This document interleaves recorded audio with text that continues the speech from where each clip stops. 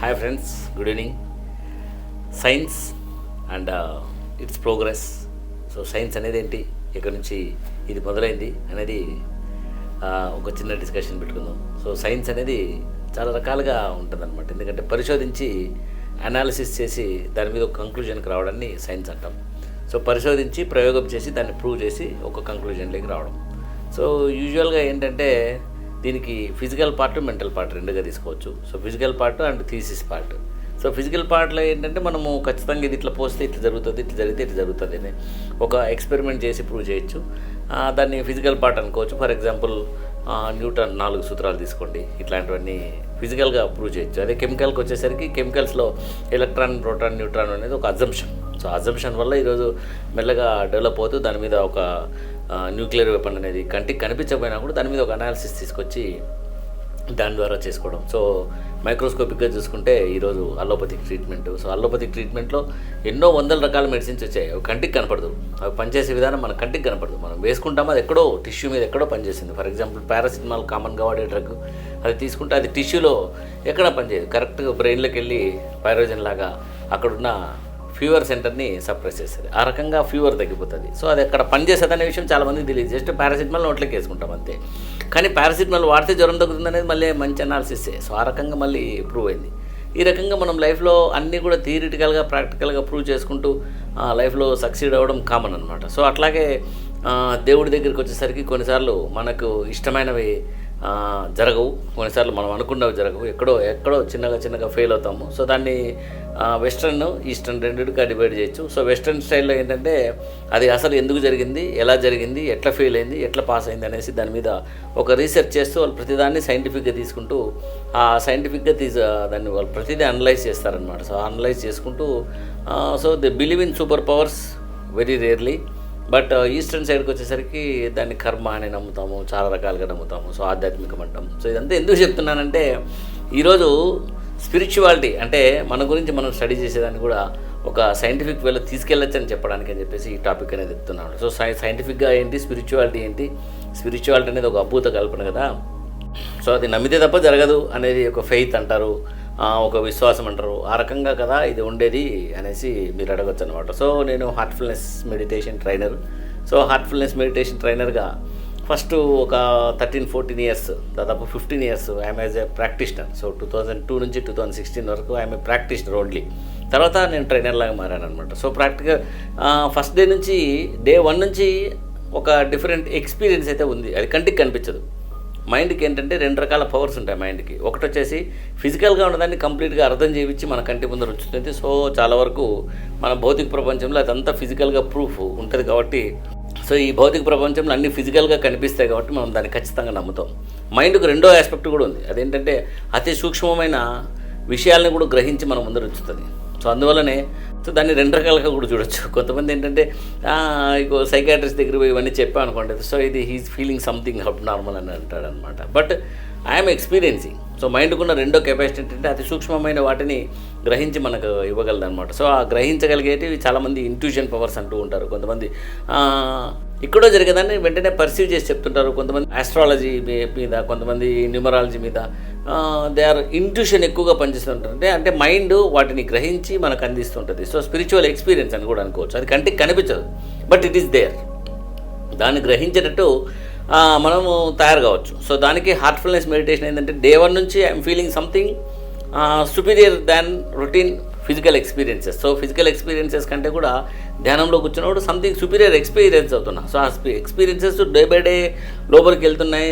నాకు తెలియకుండానే కొన్ని కొత్త సబ్జెక్టులు మాట్లాడగలుగుతున్నాను, కొన్ని కొత్త విషయాలు అర్థం చేసుకోగలుగుతున్నాను, గ్రహించగలుగుతున్నాను. సో వాటిలో మెల్లగా భగవంతుడు, హార్ట్, మన బాడీలో ఉన్న ఎనర్జీస్. యాజ్ ఎ డాక్టర్ నేను అవన్నీ మాట్లాడకూడదు. So as a doctor I should think about theory and science. ఎందుకంటే జబ్బు ఎలా వచ్చింది, ఒక వైరస్ ఎలా ఉంటుంది, ఆ వైరస్ ఎలా అటాక్ చేస్తుంది, దాంట్లో ఇమ్యూనిటీ ఎలా డెవలప్ అవుతుంది, జబ్బు మన బాడీలో ఎలా ప్రోగ్రెస్ ఉంది, దానికి కరెక్ట్ మెడికేషన్ ఏంటి, దానికి కరెక్ట్ ట్రీట్మెంట్ ఏంటి, సర్జికల్ పార్ట్ అయితే ఆ సర్జరీ ప్రాబ్లం ఎలా క్రియేట్ అయింది, దానికి సర్జరీ ఎలా చేయాలి, దానికి టెక్నికల్ ఫెయిల్యూర్ ఎట్లా, టెక్నికల్గా ఫెయిల్ అయితే దానికి నెక్స్ట్ ఇంకో లెవెల్ ఆఫ్ ఆపరేషన్ ఎలా చేయాలి, ఇవన్నీ నేను సైంటిఫిక్గా మాట్లాడే విషయాలు. అట్లా సైంటిఫిక్ ఫీల్డ్లో ఉన్న నేను సంథింగ్ డిఫరెంట్ ఎక్స్పీరియన్స్ అవ్వగలుగుతున్నాను. సో దానికి ప్రూఫ్ అయితే లేదు. సో అందరూ అది ఫీల్ కాలేరు కూడా. సో అది అందరూ ఫీల్ కాలేరు కాబట్టి అది తప్పు, వీడు ఏదేదో మాట్లాడుతున్నారని కూడా చాలాసార్లు అనడం జరిగింది, అనిపించుకోవడం జరిగింది. సో దాని గురించి కొన్నిసార్లు డిబేట్స్ కూడా జరిగాయి. అది ఎట్లా అనిపిస్తుంది అని కూడా అన్నారు.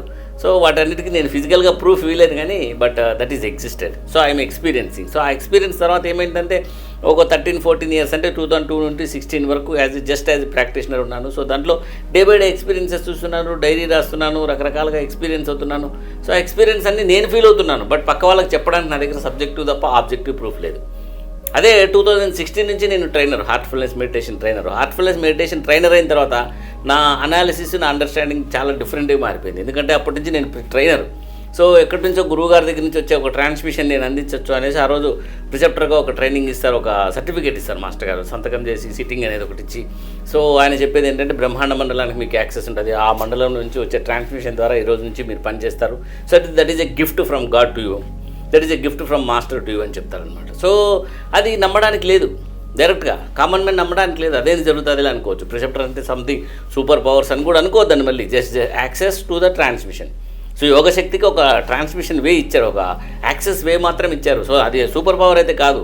బట్ యాజ్ ఏ ట్రైనర్ నేను డే 1 నుంచి మా అక్కడ గ్రూప్లో మెడిటేషన్ చేయించమన్నారు. సో మెడిటేషన్ చేసి అక్కడ ఒక్కొక్క డిఫరెంట్ ఎక్స్పీరియన్స్ చెప్తున్నాను అనమాట. But I was not feeling much because subtlety, ఆ సూక్ష్మత్వాన్ని వర్క్ లెవెల్లో చూసేంత నాకు లేదు. ఎక్స్పీరియన్స్ లెవెల్లో అయితే ఉంది, ఎక్స్పీరియన్స్ అవ్వగలుగుతున్నాను కొంతవరకు. నాకు జరిగినప్పుడు ఎక్స్పీరియన్స్ అవ్వగలుగుతున్నాను కానీ లోపలికి వెళ్ళి ఆ ట్రాన్స్మిషన్ పనిచేసే విధానం నాకు ఇంకా అర్థం కాలేదు. సో అప్పటి నుంచి మెల్లమెల్లగా నేను దాని మీద సిట్టింగ్స్ అన్నీ ఇస్తూ నా ఎదురుగున్న వ్యక్తి ఎలా రిలాక్స్ అవుతున్నాడు, ఎలా ఫ్రీ అవుతున్నాడు, కొన్నిసార్లు అసలు డిస్టర్బెన్స్ ఉన్నప్పుడు ఆ మనిషి ఎందుకు రిలాక్స్ కాలేకపోతున్నాడు, నేను కూడా ఆ డిస్టర్బెన్స్ ఫీల్ అవుతుంటా చాలాసార్లు సిట్టింగ్స్ ఇచ్చేటప్పుడు.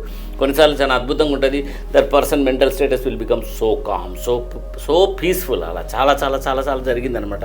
సో మెల్లమెల్లగా అండర్స్టాండింగ్ చేసుకున్న విషయం, మెల్లమెల్లగా ఆ విషయాన్ని అర్థం చేసుకునే కొద్దీ ఇప్పుడు బాగా బలంగా అనిపించింది ఏంటంటే, సో మనలో మన ఫిజికల్ బాడీ ఎట్లయితే ఉందో, మన ఫిజికల్ బాడీలో బోన్స్ ఎలాగైతే స్కెలిటన్ అనేది ఒకటి ఉందో, ఒక బేస్, ఒక స్టాండర్డ్ బేస్ ఈజ్ స్కెలిటన్. మనమందరం కూడా కండలు, చర్మము, మొహము, కళ్ళు, గిల్లు అనుకుంటాం కానీ వాటన్నిటికీ ఆధారము స్కెలిటన్ అనేది కరెక్ట్గా ఉన్నప్పుడే మనం ఈరోజు ఇట్లా నిలబడుకొని మాట్లాడగలుగుతున్నాం, కూర్చొని మాట్లాడగలుగుతున్నాం, పడుకొని మాట్లాడగలుగుతున్నాం, లేదా ఈ బాడీకి, ఈ ఫేస్కి ఇలా షేప్ ఉంది, లేదంటే ఈ షేప్కి ఇలా ఉంది అని చెప్పొచ్చు అనమాట. అదే ఈ స్కెలిటన్ సరిగ్గా లేదనుకోండి, సంథింగ్ యాక్సిడెంట్ అయింది, సో ఫ్రాక్చర్ అయింది. ఈ ఫ్రాక్చర్ అన్నోడు మొత్తం ఈ బోన్ పార్ట్ దెబ్బతింది అనుకోండి, షేప్ మొత్తం మారిపోతుంది. So bones are real base for life, human existence or any animal existence, bones are real base.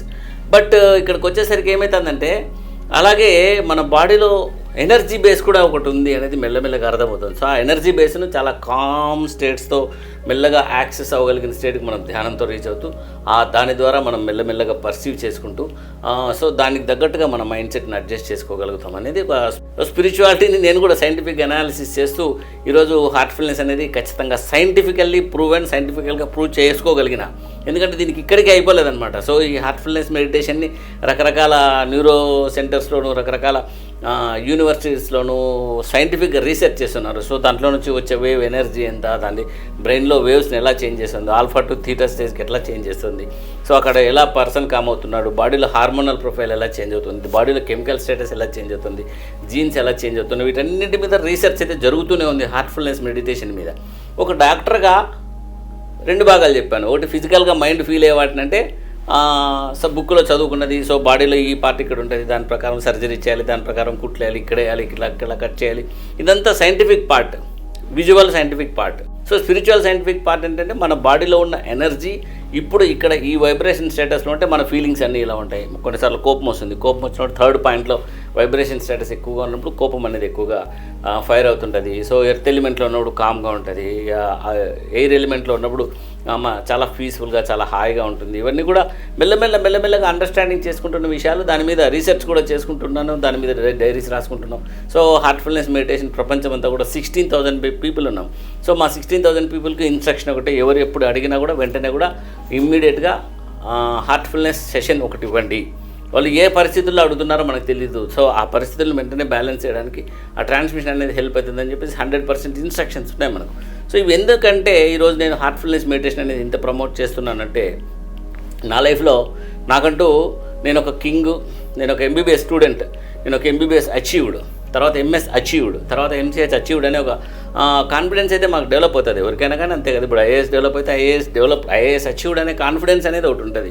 So మన ఈగో తక్కువ ఉండొచ్చు, బట్ కాన్ఫిడెన్స్ లెవెల్స్ అనేది కొద్దిగా ఎక్కువగా ఉంటుంది. సో మెల్లమెల్లగా కాన్ఫిడెన్స్ మీదుగా మన ఆలోచనలు, మన ఈగో అన్నీ కూడా డెవలప్ అవుతుంది. దాని చుట్టూ మన పర్సనాలిటీ అంటూ ఒకటి డెవలప్ అవుతుంది. సో ఆ పర్సనాలిటీ డెవలప్ అయినాక కూడా ఈ హార్ట్ఫుల్నెస్ మెడిటేషన్లు ఏంటంటే అది మెల్లమెల్లగా పర్సనాలిటీ చేంజ్ కూడా చేసుకోగలిగాను. అంటే సాఫ్ట్గా ఇంకా సాఫ్ట్గా మెల్లగా క్లియర్గా థింక్ చేయగలగడం, ఇట్లాంటివన్నీ కూడా స్లోగా over a period of time bad హ్యాబిట్స్ని వదిలించుకోగలగడం, మెల్లమెల్లగా ప్రతిదాన్ని నీట్గా అర్థం చేసుకోవడం, ప్రతి దాంట్లోనే నీట్గా అనాలిసిస్ చేసుకోవడం, సో టైం మేనేజ్మెంట్ గురించి ఇవన్నీ కూడా హార్ట్ఫుల్నెస్ మెడిటేషన్ నాకు చాలా నేర్పించింది అనమాట. సో చాలా ఎమోషనల్గా ఉంటాయి కొన్నిసార్లు పరిస్థితులు. ఏదో ఒక సర్జరీలో ఒక పేషెంట్ ప్రాబ్లం అయింది. సో ప్రాబ్లం అయినప్పుడు నిజంగానే ఒక కామన్ మ్యాన్ అయితే అర్థం కూడా చేసుకోలేడు. బట్ సూపర్ స్పెషాలిటీకి వచ్చేసరికి ఏమవుతుందంటే ఆ కేసు అక్కడ అంత కాంప్లికేటెడ్ ఉంటుంది. సో ఆ సర్జన్స్కి మాత్రమే ఆ స్ట్రెస్ అర్థమవుతుంది. సో ఆ స్ట్రెస్లో కొన్నిసార్లు బాగా విసుగు వస్తుంటుంది. బట్ అట్లాంటి విసుగును కూడా మెడిటేషన్స్తో నేను దాదాపు 2-3 మినిట్స్లోనే క్లియర్ చేసుకునే సందర్భాలు చాలా ఉన్నాయి. So that's how I became peaceful. So next సర్జరీకి వెంటనే ప్రిపేర్ అయిపోవడం, ఆ నెక్స్ట్ సర్జరీకి వెంటనే ప్రిపేర్ అయిపోవడం, ఇలా లైఫ్లో కూడా నాకు మెడిటేషన్ అనేది నన్ను నేను సాఫ్ట్ చేసుకోవడానికి, నన్ను నేను స్కిల్ డెవలప్మెంట్లో ఉపయోగించుకోవడానికి, నా టైం మేనేజ్మెంట్ చేసుకోవడానికి. సో ఇప్పుడు ఫర్ ఎగ్జాంపుల్ ఒక అబ్బాటి వీడియోలు చేస్తూ ఉంటాం. సో జోక్స్ రావాలి, బేసిక్గానే మనకు జోక్స్ ఎక్కువ, దాంట్లో ఫన్ జనరేషన్ ఎక్కువ, ఇవన్నీ కామన్గా ఉంటాయి. వాటితో పాటు దానికి కావాల్సిన హ్యూమరు, మసాలా యాడ్ చేయాలి కదా. సో అవి కూడా చేయడానికి, కవిత్వం రాయడానికి, మంచి మంచి కాన్సెప్ట్లు తీసుకోవడానికి, సో ఇవన్నిటికీ కూడా హార్ట్ఫుల్నెస్ మెడిటేషన్ అనేది నిజంగా చాలా బేస్ అయింది. ఏంటంటే ఇది over a period of time practice చేస్తూ నేను అబ్జర్వ్ చేసినట్టు నోట్ చేసుకుంటూ, ఆ స్పిరిచువల్ ఎక్స్పీరియన్సెస్ నోట్ చేసుకుంటూ, ఆ స్పిరిచువల్ ఎక్స్పీరియన్స్ అనేది సంథింగ్ యూనిక్. అది నాకు మాత్రమే నాకు జరిగిందే తెలుసు. ఇంకొకరికి ఇంకో రకంగా ఉంటుంది, ఇంకో రకంగా ఉంటుంది. So at the level of energy అవన్నీ ఒకే రకంగా ఉంటాయి. బట్ అక్కడికి రీచ్ అవ్వడానికి, ఆ పర్టికులర్ స్టేట్కి రీచ్ అవ్వడానికి ఒక్కొక్కరికి ఒక్కొక్క టైం పడుతుందన్నమాట. ఈ రకంగా హార్ట్ఫుల్నెస్ మెడిటేషన్ అనేది సైంటిఫిక్గానే ప్రూవ్ అవుతున్న ఒక స్పిరిచువల్ ఆర్గనైజేషన్. సో దాని మీద మీరు కూడా 100 days ట్రయల్ తీసుకొని ఛాలెంజ్ చేసి చూడొచ్చు. సో లైఫ్లో ప్రతిదాన్ని మీరు గుడ్డిగా నమ్మకండి, గుడ్డిగా నమ్మొద్దు. గుడ్డిగా నమ్మకుండా మీ అంతటి మీరు అనాలిసిస్ చేయండి, మీ అంతటి మీరు దాని మీద వర్క్ చేయండి. వర్క్ చేసిన తర్వాత రిజల్ట్ని బట్టే మీరు డెఫినెట్గా తీసుకోవాలి. అందువల్ల సైంటిఫిక్ అనేది చాలా చాలా అవసరం. ఈరోజు మూఢనమ్మకాలు ఉన్నాయి. సో మూఢనమ్మకాలతో రక్షలు వేస్తుంటారు, మెడ మీద రక్షలు వేస్తారు, తాయెత్తులు కడతారు. How for it is useful? So పెద్దోళ్ళు చెప్పినారు కాబట్టి చేయాలని చాలామంది కామన్గా పేషెంట్స్ చెప్తారు. ఈవెన్ పెద్ద సాఫ్ట్వేర్ ఆఫీసుల్లో పనిచేస్తుంటారు, వాళ్ళ శాలరీస్ లక్షల్లో ఉంటాయి. ఇంటికి వెళ్తేనే వాళ్ళ అమ్మ తాయెత్తు తీసి ఒకటి గట్టి పడేస్తుంది. ఈయనేమో ఐఫోన్ వాయిస్ క్యావ్ అంటుంటాడు. బట్ అక్కడికి చూస్తే తాయెత్తులు కట్టుకొని తీసుకొని వస్తుంటారు, పిల్లల్ని రక్షలేసి తీసుకొని వస్తుంటారు. ఏమంటే మా పెద్దోళ్ళు చెప్పింది వినరు. సో వీ కాంట్ చేంజ్ అంటుంటారు వాళ్ళు. వీ హ్యావ్ టు చేంజ్ అని నేను అంటుంటా. సో నేను కూడా ఆర్గ్యుమెంట్ దిద్దుంటా. ఎందుకంటే చెప్పండి గట్టిగా, ఇది అట్లా కాదండి, ఇట్లా ఉండాలి, మనం కూడా సైంటిఫిక్గా మారాలి. ఈరోజు సెల్ ఫోన్స్ వచ్చినాయి, సెల్ ఫోన్ కూడా రక్షలు వేపిస్తావా, అంతరం వేపిస్తావా, లేకపోతే సెల్ ఫోన్కి పసుపు పట్టించి మొత్తం చూసుకుంటావా, లేదంటే దాని బాగా హీట్ ఎక్కిందని చెప్పి వెనకాల కొబ్బరి పట్టు అని చెప్పేది శనగపిండి అన్ని కొబ్బరి కలిపి వెనకాల పట్టిస్తావా, అంటే చేయవు కదా. సో దాన్ని ఒక మెకానిక్ దగ్గర తీసుకెళ్తాం, దాన్ని ఆయన రిపేర్ చేయడమో, దాని గురించి సాఫ్ట్వేర్ అప్డేట్ చేయడమో, సాఫ్ట్వేర్ రిమూవ్ చేయడమో, దాన్ని హ్యాకింగ్ ఉంటే హ్యాకింగ్ కలిగి ఏదో చేసి దాని నుంచి బయటపడేస్తాడు. అట్లా సైంటిఫిక్గానే ఉండడానికి ప్రయత్నించండి. సో ముఖ్యంగా మూఢనమ్మకాల నుంచి హెల్త్ డ్యామేజ్ ఎక్కువ కాకుండా నా క్లినిక్లోకి వచ్చిన ప్రతి ఒక్కరిని అరుస్తుంటాను, ఒకసారి తిరుగుతుంటాను, ఒకసారి నచ్చ చెప్తుంటాను, ఒకసారి గట్టిగా వాదిస్తుంటాను. ఎందుకు చేంజ్ చేయలేరు మీరు మీ పేరెంట్స్ అని చెప్పి వాదిస్తుంటాను. వాళ్ళు తిట్టుకున్నా పర్లేదు, but I want to bring A change. At the same time spirituality అనేది కూడా మన మనసులో ఉన్న ఒక ఇంబ్యాలెన్స్ని తొలగిస్తూ మన బ్యాలెన్స్ను డెఫినెట్గా తీసుకొస్తూ మన లైఫ్లో మంచి స్కిల్ఫుల్ పర్సనాలిటీస్ని డెఫినెట్గా డెవలప్ చేసింది. సో ఆ స్కిల్ఫుల్ పర్సనాలిటీ ఖచ్చితంగా కావాలి. ఇది ఎప్పుడు వస్తుందంటే మన హార్ట్లో ఉన్న ఇంప్యూరిటీస్ అన్ని తొలగిపోయినప్పుడు మాత్రమే ఖచ్చితంగా వస్తుంది. So my dear friends, I advise you to try to practice heartfulness meditation for at least 1 month. Then you can get the experiences. By that you can analyse. So ఇది నేను చెప్పినందుకు చేయమని కాదు, కానీ ప్రయత్నం చేసి చూడండి అని చెప్తున్నాను. బికాజ్ అది నాకు ఉపయోగపడింది కాబట్టి మీకు కూడా ఉపయోగపడుతుందేమో అని చెప్పడానికి ఈ ప్రయత్నం చేస్తున్నాను. సో హార్ట్ఫుల్నెస్ అని కొడితే ఇంటర్నెట్లో యాప్ కూడా డెవలప్ అవుతుంది. సో ఆ యాప్ని ఇన్స్టాల్ చేసుకొని హ్యాపీగా మీ మెడిటేషన్ సెషన్స్ ఇంట్లో కూర్చొని రిలాక్స్డ్గా చైర్లో కూర్చొని మెడిటేషన్ చేసుకుంటూ హ్యాపీగా ఎంజాయ్ చేయొచ్చు. So try and have good luck.